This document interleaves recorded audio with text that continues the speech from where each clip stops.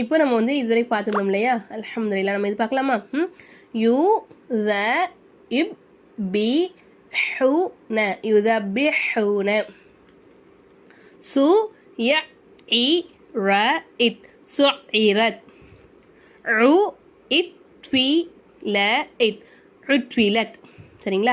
நம்ம வந்து இந்த மாதிரி சத்து இருக்கிற இடத்துல வந்து ஒரு சுக்குனும் ஒரு ஹரக்கத்தும் சேர்ந்தது தான் இந்த சத்து நம்ம சொல்லி கொடுத்துருக்கோம் ஆல்ரெடி.